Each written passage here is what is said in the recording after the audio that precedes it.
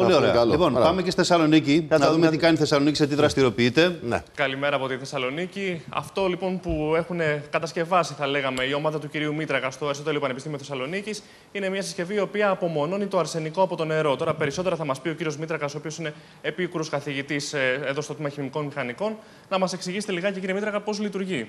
Κύριε Οικονόμου και κύριε Λιρετζή, καλή σας μέρα. Καλημέρα. Θα θέλαμε να ευχαριστήσουμε το ΣΕΒ και την Eurobank για αυτή την προβολή, για αυτή την ανάδειξη της ελληνικής οικονομίας και το Sky για όλη αυτή την προσπάθεια να το αναδείξει και να το προβάλλει. Τι φτιάξαμε τώρα εμείς? Εμείς συνθέσαμε ένα καινούριο υλικό, το οποίο μπορεί να χρησιμοποιηθεί είτε δεξιά, όπως βλέπετε, σε βιομηχανικής κλίμακας εγκαταστάσεις για να απομακρύνει το αρσενικό από το νερό, το πόσιμο νερό ολόκληρων περιοχών, χωριών, πόλεων, ό,τι θέλετε, και θα μπορούσε να χρησιμοποιηθεί και σε μικρή κλίμακα, τοποθετημένο μέσα σε φυσίγγια που μπορεί να χρησιμοποιηθούν σε κοινά φίλτρα νερού, ώστε να δηλαδή μπορεί να έχει οικιακή χρήση, λέτε, σε περιοχές που δεν υπάρχει κεντρική ίδρυυση.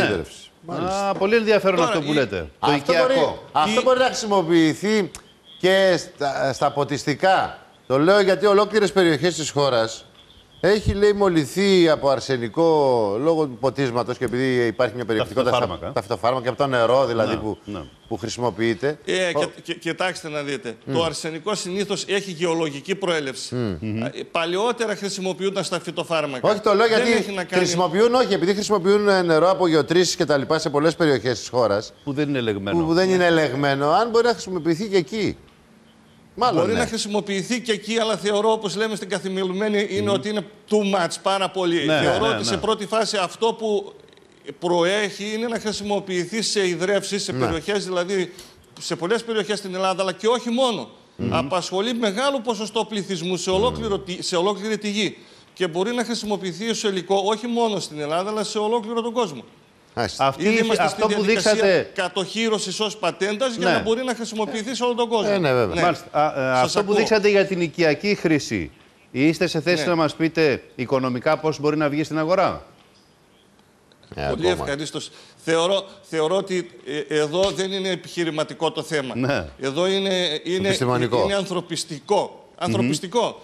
Αυτό το φίλτρο που είδατε θα μπορεί να προσφέρει σε μια περιοχή που είναι έξω από ένα δίκτυο ίδρυυσης. Ας πούμε, για παράδειγμα, έχουμε εμείς εδώ δίπλα μας στην περιοχή της Καλλικράτειας που έχει πάρα πολλά εξοχικά. Τα οποία δεν είναι εντεταγμένα σε ένα κεντρικό δίκτυο ίδρυυσης και επομένως χρησιμοποιούν νερό σε ατομικό επίπεδο που έχει αρσενικό. Ένα τέτοιο φίλτρο μπορεί να προσφέρει πόσιμο νερό σε μια τετραμιλή οικογένεια για πάνω από 5 χρόνια. Πολύ ωραία. Κύριε καθηγητά, να είστε καλά. Με ένα κόστος των φίλτρων νερού. Προσεγγίσιμο. Εντάξει, κύριε Μήτρακα, ευχαριστούμε πάρα πολύ. Καλημέρα. Και εσάς και τον κύριο Ματσούκα. Να είστε καλά. Καλημέρα και συγχαρητήρια, παιδιά, για τις προσπάθειες.